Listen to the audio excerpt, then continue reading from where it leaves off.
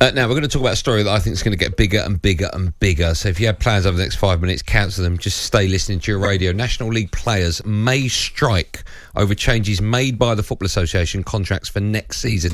The new conditions see injured non-league players only paid in full for 12 weeks. Let's get more on this now and look ahead to tomorrow's non-league day with the executive editor of the non-league paper, Jon Couch, joins us. Hi, John. How are you? Hey, John. Hey, Andy. How are you? Hi, Jason. I'm okay. I must say, John, that when I heard this, I had to read it and read it again and then read it one more time. I was staggered that this has even happened. Firstly, why have the FA decided to do this?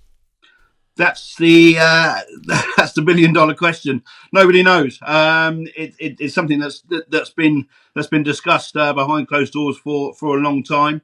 It's taken even the players by surprise. The players this week have, as you can imagine, are absolutely fuming. They're very concerned about their futures and looking after their families, etc.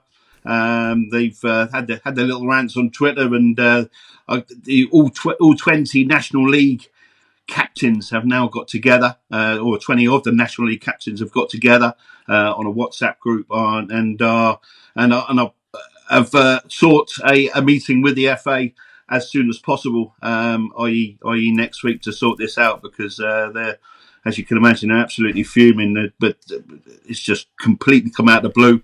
And it's taken everyone by surprise. So just to explain to people who probably aren't sure of exactly what we're talking about, the FA have decided that injured non-league players will only be paid in full for 12 weeks. Then after that, clubs can reduce wages to statutory sick pay to £99.35 a week until they're fit again. I think it's absolutely disgusting by the FA. They should be utterly ashamed of themselves. What's it got to do with the FA? Why are they getting involved? If a club has a problem with regards to payment of one of their players after they've been injured for X amount of time, why can't the club make that decision? Why are the FA deciding to cover this with a blanket decision for all the clubs? Well, I think the idea was to basically to tidy up football contracts to comply with UK law, but football's a lot different, as Jason will know, a lot different to your average everyday industry. And what's actually come out of this is that clubs can actually opt out of this, and they can basically they don't have to fall back on these minimum terms. Like Macclesfield Town, Macclesfield FC have come out now and said, don't worry, guys, anyone that's contracted to us, we're going to honour that. We're going to honour that. We don't agree with these. And the new owner at Yeovil Town, Matt Agler, as well, he's basically come out on Twitter as well, backing the players, and said that he will honour his contract. So bit by bit, these clubs are actually coming out now saying, hold on a minute, nothing to do with us. As for why the FA have got involved, I really don't know. As I say, I think it's just to comply with a UK law, but they've not for the first time. They've gone about it in a very odd and very cagey way as well. I think it just doesn't sit right with me, and it certainly doesn't sit right with the players. No, and what this potentially could do, John, is drive a little bit of a wedge between the players and the club, because the club have been presented this. The club have budget sheets, especially at this level. They're counting every single penny. I get that money's tight after COVID and various different other things that have affected the non-league football over the last 3 or 4 seasons, but they have budget seats, and they would budget for this.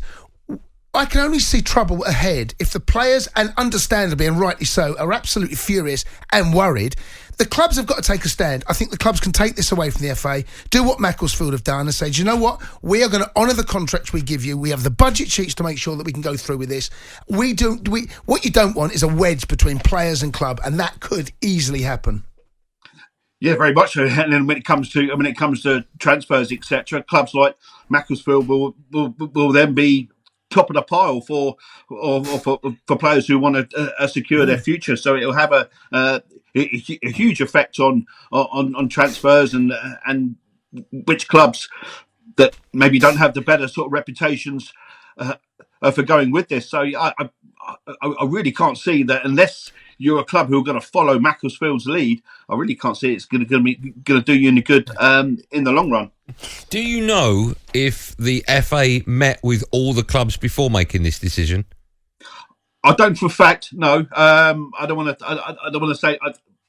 I don't want to say otherwise. All I do know is that it did come out of the blue, and that there was no indication from anyone, whether it be the FA, the National League, or any of the clubs individually, that this was on the horizon. It literally just hit us all for six at the beginning of the week when it all become apparent. So I think that's probably the what's so bad about it, and the fact that all of a sudden we're looking at non-league day, celebration of non-league football, and all of a sudden it's clouded by this this big argument and threat of strikes, and non-league football's not about that. So it's really hit us hard, and and I just hope that a solution can come out of it as soon as possible. Me too, John. Listen, thanks so much. I'm sure this story will move on and on. Hopefully, good will come out of it. But for the time being, thanks for coming on, John. Thank you. Thanks, Andy. There you go. That was Jon Couch, the exec editor of the non-league paper. Listen, I think this is another horrific PR disaster by the FA. I want to get your view on it, right? But my first question on the back of this is, if this decision sticks, do you think the Premier League and or Premier League clubs should be getting involved? Well, the players should. The players should get involved, because this could potentially happen at any level. Players? I think there should be solidarity amongst every single professional football. The PFA, I don't know how much control the PFA have got, but the PFA will look at this very closely, because we could find Wrexham in the Premier League next season, right? So not in the Premier League, in the Football League. Sorry, in the Football League. Yeah, I know what you're saying. So the biggest fear of a footballer is getting in. I had to retire at 29, right, because of my knee injury. The biggest fear is injury. You don't want to be sitting on there. Then you've got the added worry, not only trying to get yourself fit and back in the team, you've now got the added worry of worrying about how you're going to pay for things. You sign a contract. I think what we'll find, I think that players will then get savvy. Players will then sign contracts, and in that contract will be to say, I get full pay when I'm injured. Yeah. Right? Because sometimes it's no fault your own. In fact, most of the time you get injured, it's no fault your own. Yeah. It's an occupational hazard that when you go out representing, you put the badge on, you play for that football club. If you come off with what if you got a broken leg? Let's say cruciate, you're out for a year. Square that circle with his family. Okay. It's not on. It's not on. talkSPORT Drive with Andy Goldstein.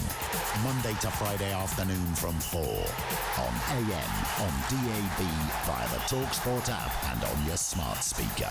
talkSPORT.